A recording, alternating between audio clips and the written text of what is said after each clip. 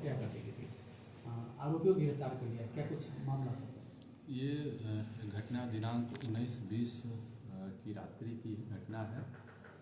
20 तारीख को सुबह लगभग 5 बजे के आसपास थाना को सूचना मिली कि एक व्यक्ति जो पशुपतिनाथ तिवारी हैं और चालक हवलदार के पद पर झारखंड पुलिस में ये पोस्टेड हैं, तो इनकी जो है गला रेत कर हत्या भगवतपुर में कर दी गई है, इनके घर में ही। उस समय घर में ये थे और इनकी पत्नी थी घर में। तो उसी बिंदु पर जो है जब समूचे तकनीकी टीम के साथ, FSL की टीम के साथ और बाकी तकनीकी टीम के साथ जब वहाँ पर घटनास्थल का जांच किया गया और सारी परिस्थितियों को देखा गया, तो संदेह उत्पन्न कर रहा था और इस तरह का लग रहा था कि इसमें किसी करीबी की संलिप्तता हो सकती है। तो सभी बिंदुओं पर जांच चल रही थी। जांच के क्रम में जो है ये सबसे पहले जो है जो एक लड़के का जो है नाम आया, जो हजारीबाग का रहने वाला था। उसका नाम मोहम्मद जीशान अहमद जिलानी था।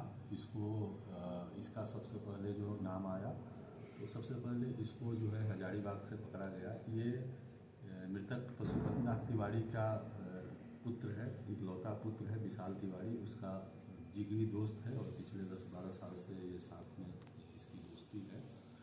तो सबसे पहले इनकी गिरफ्तारी हजारीबाग से की गई और जब तकनीकी आधार पर जब पूरा विश्लेषण किया गया तो फिर पता चला कि इसमें जो है इनके पुत्र और जीशान अली दोनों मिलकर अपने पिता की हत्या, चूँकि ये जनवरी 26 में जस्ट एक महीना बाद ये रिटायर होने वाले थे, तो नौकरी के लिए और रिटायरमेंट के पैसे के लिए पूरे हत्या की साजिश रची गई थी।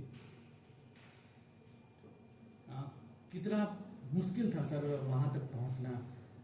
हजारीबाग से फिर दोस्त के आधार पर पुलिस को सफलता मिली। ये शुरू में तो काफ़ी घटनास्थल पर जाने के बाद और मृतक तक वो देखने के बाद वो दिल दहलाने वाली घटना थी। जिस तरह से गला रेता गया था, विश्वास नहीं हो रहा था कि कोई अपना आदमी भी इस तरह की घटना कर सकता है। लेकिन जब लोगों से बातचीत की गई और जब सभी स्थितियों को देखा गया, उनके घटना के क्रम में गला रेतने के साथ साथ उनके अंगूठे का निशान, अंगूठे को भी काटा गया था, अंगूठा और दूसरी दाहिना अंगुली को भी काटा गया था, जिससे ये भी शक हो रहा था कि ये एक ज़मीन की 2 बीघा 4 कट्ठा ज़मीन की ये रजिस्ट्री कराए थे और उस रजिस्ट्री से जो ये रिटायरमेंट के बाद का जो सारा पैसा था वो उससे गांव में ज़मीन खरीदने वाले थे। तो उससे भी हम लोग कोरिलेट कर रहे थे कि इससे किसको नफ़ा और नुकसान हो रहा था। जब सभी चीज़ों को जोड़कर देखा गया और अनुसंधान के क्रम में पाया गया, जिसमें पुलिस अधीक्षक महोदय का लगातार उसमें निर्देश मिलता रहा और पाया गया कि इसमें बहुत नज़दीकी लोगों का संबंध है इस घटना से। और जब इसमें जो एक अभियुक्त की गिरफ्तारी, चूँकि हम लोग सीधे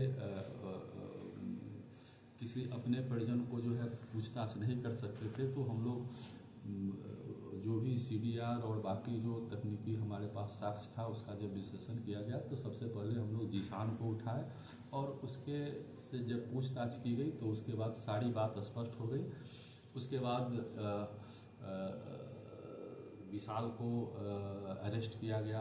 फिर विशाल के परिवार से, विशाल की पत्नी से भी पूछताछ किया गया, तो उन लोगों के द्वारा भी इस बात को एक्सेप्ट किया गया कि ये लोग पिछले कुछ महीनों से हत्या की साजिश रच रहे थे। यहाँ तक कि विशाल की पत्नी का कहना है कि वो उसको जब इसकी जानकारी हुई कि इसके पति, चूँकि इसके पति जो है वो ड्रग्स भी लेते हैं, ब्राउन शुगर के आदी हैं, तो जब इसकी बात इसकी पत्नी को पता चली तो इसकी पत्नी 2-3 बार जो है अपने ससुर को, मृतक पशुपतिनाथ तिवारी को आगाह भी की थी कि पापा आप थोड़ा सतर्क रहिएगा, लेकिन ये इस बात को इग्नोर कर दिए, बोले कि ठीक है तुम चुप रहो, हम देख लेंगे। और लोगों को इसमें पत्नी की संलिप्तता के बिंदु पर अभी जांच किया जा रहा है और जैसे ही पुख्ता साक्ष्य मिलेगा तो उनकी